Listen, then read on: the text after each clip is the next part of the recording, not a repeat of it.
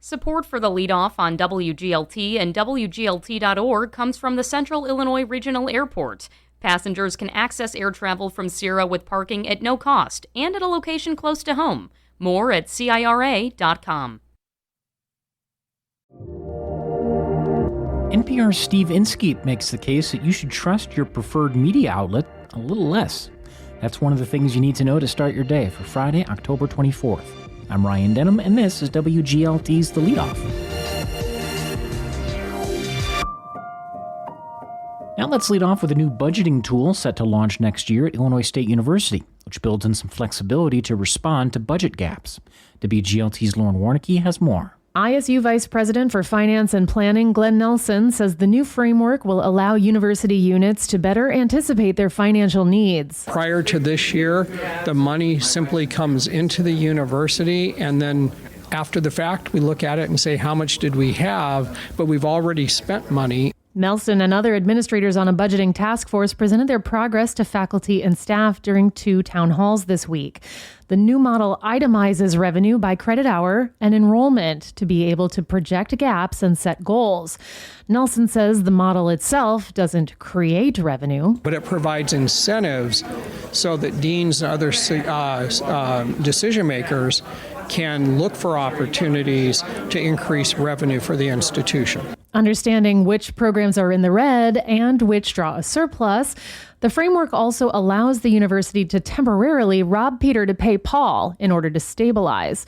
Provost Donnie Yazedjian says it will require a collective spirit rather than a competitive one for the university as a whole to be successful in the long term. You may not like it, but you will at least understand the rationale behind why decisions are being made and things are being done. Finance Director Glenn Nelson says the budget framework is meant to be used for resource allocation. It is not designed, however, to be the sole deciding factor in which programs to keep and which to cut. The model launches next July. For The Leadoff, I'm Lauren Warnicki. Here's some other stories we're following in the WGLT newsroom.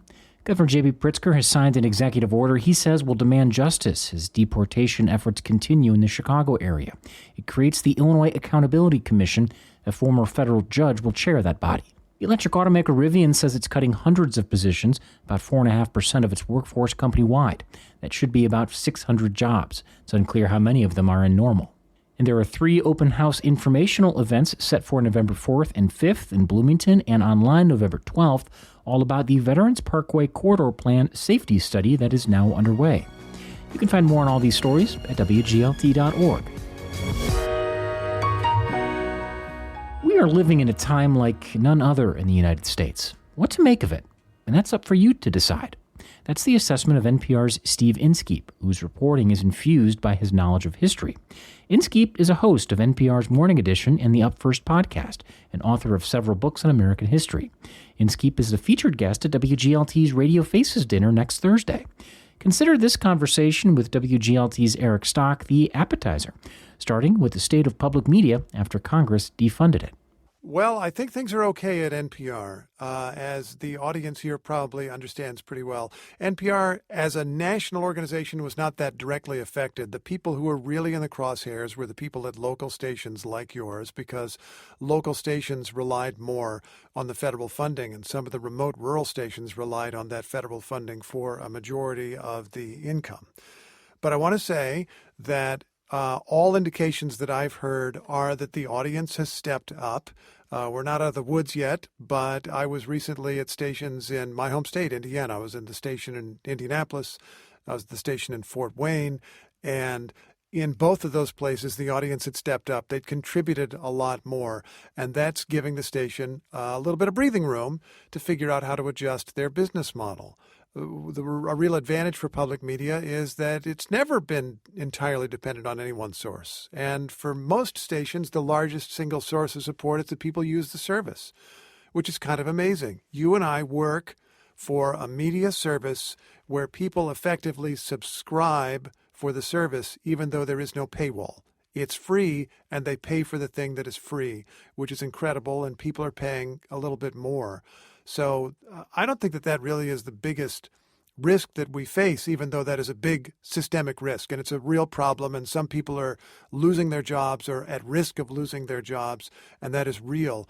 But I think the larger question is the freedom of the press and the need for us as journalists and also as citizens, which is a bigger job and a bigger right and a bigger responsibility in my mind, for us as citizens to insist on our right to gain information, to pass on that information to our fellow citizens, and to understand what our government is doing, why and how. So how do you hold both of those things in your head at the same time as you go about your job?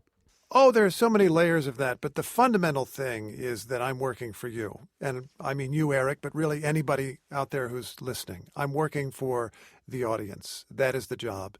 And if somebody mischaracterizes me or my job or personally insults me, I don't particularly care about that. They can say whatever they want. This is a free country. We have free speech. That has not been outlawed yet. And so they can say whatever they want. And I'm going to do my job for you. And often when people are saying insulting things, they're trying to distract from the thing that they don't want you to know. So it's best for me to get around that or get beyond that and consider doing what I think is necessary, continue doing my duty.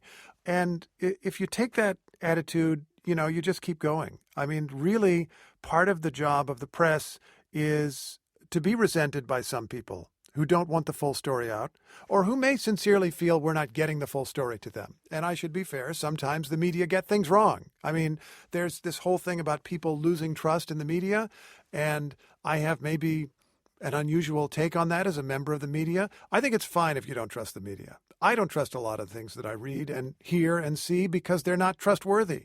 I mean, if you go across the spectrum, there's a lot of stuff in the media that you really shouldn't trust. I actually wish people would trust their preferred media sources a little bit less. So I'm okay with that, and I acknowledge that.